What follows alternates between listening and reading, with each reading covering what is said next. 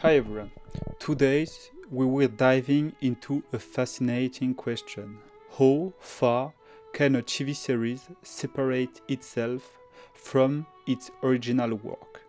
And to answer that, we were going to look at one of the most famous fictional characters in the world, Sherlock Holmes. Created by Sir Arthur Conan Doyle between 1887 and 1927, Sherlock Holmes became a true icon of fiction, a charismatic detective always accompanied by his loyal friend Watson and Inspector Lestrade.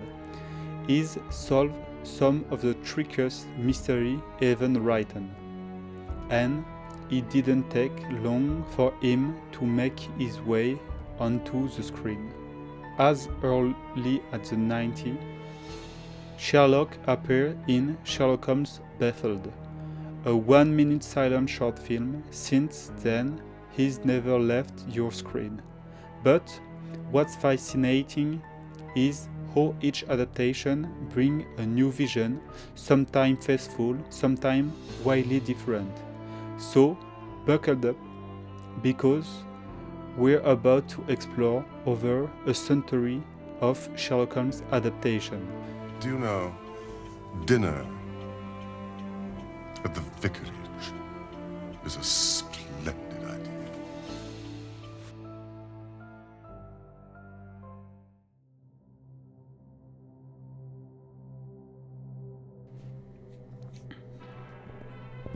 The first TV adaptation capitalizing on success. Let's start with the earliest TV version. In 1954, the very first Sherlock Holmes TV series was made in France but founded by an American producer, Sheldon Reynolds. With Ronald Howard as Holmes, the goal was clear: to ride the wave of Sherlock's huge popularity at the movie. This was the dawn of television, and already Sherlock was on the schedule. Then, between 1964 and 1968, the BBC produced its own Sherlock Holmes, with Peter Cushing and Douglas Wilmer. This was a time when British TV was exploding with iconic shows like The Avengers and Doctor Who. Sherlock quickly became part of that golden age of TV. Finally, between 1984 and 1994, came what many still consider the definitive adaptation, the series starring Jeremy Brett.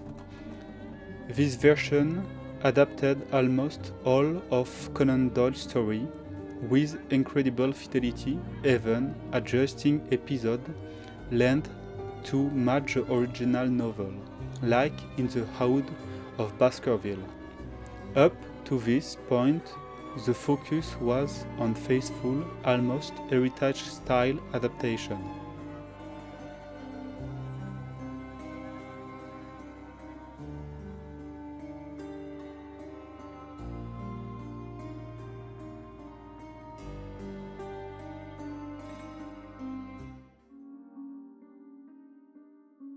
But in 2000, things took a surprising turn. This series, Murder Room Mystery of the Real Sherlock Holmes, focused on Joseph Bell, the real-life mentor of Arthur Conan Doyle. Here, reality and fiction collide. Doyle became the Watson figure, while Bell was portrayed as Sherlock.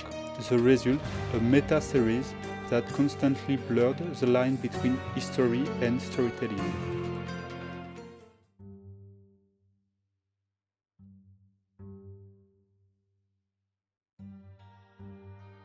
And then came 2010, and everything changed. The BBC launched Sherlock, created by Stephen Moffat and Mark Gatiss. The premise: transplant Sherlock Holmes into modern-day London. Smartphone, CCTV, the internet, everything was updated, but the earth of Conan Doyle stories was still there. Each season had only 3 episodes, but each one was like a mini-movie. The result, instant success. The show became a global phenomenon, winning BAFTA, Emmy Awards, and the love of both critics and fans. More importantly, it provided 2 things. Sherlock Holmes' story could be modernized with losing their essence. The character could be exported and remaining across culture. This series sparked a new wave of Holmes adaptation around the world.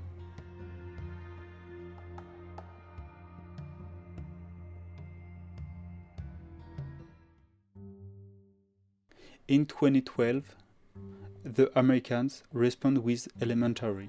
Here, Watson was reimagined as a woman played by Lucy Liu, but unlike the BBC version, Elementary follows the classic US case of the week formula, closer to shows like Castle or Mentalist.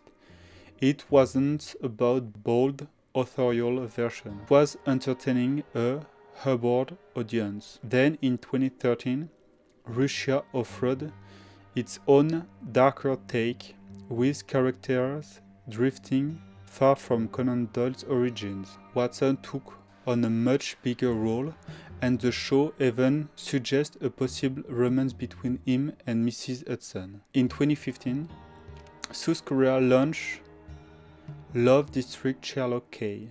Here, Sherlock was a woman in disgust, giving love advice with solving mystery, blending detective work with the convention of Korean drama.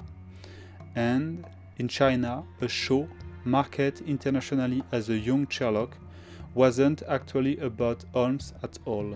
Instead, it tells the story of Di Renji, a legendary Tang Dynasty detective, but used the name Sherlock to make it marketable abroad.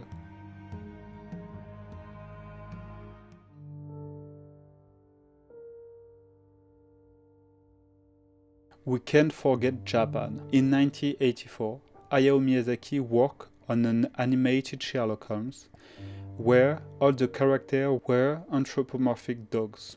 It was light earth, funny, and designed for children. Later, in 1999, Sherlock Holmes in the 22nd century imagined Holmes revived in the future, with Watson reimagined as a robot. And in 2019, Kabukicho Sherlock went to the other extreme, full of sex, violence, and dark humor, set in Tokyo red light district. But Japan also rode the wave of the BBC Sherlocks. In 2018, Miss Sherlock set the story in modern Tokyo with women in the lead role. The show stays close to Doyle plot but updates elements like technology and crime method for the present day. And in 2019, Sherlock Untold Story continued this trend with looser connection to Doyle work but a distinctly Japanese drama style.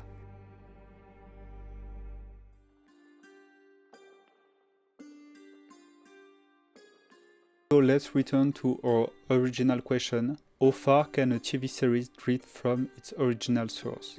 With Sherlock Holmes, the answer is clear. Very far, without ever losing its core identity.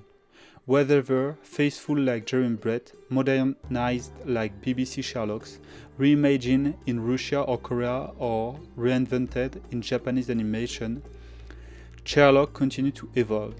That is true power.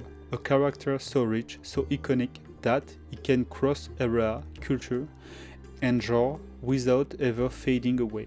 And let's be honest, we definitely haven't seen the last of him. Thanks for watching. If you enjoyed this journey through Sherlock Holmes adaptation, don't forget to like, subscribe and share. And tell me in the comments what's your favorite Sherlock Holmes adaptation.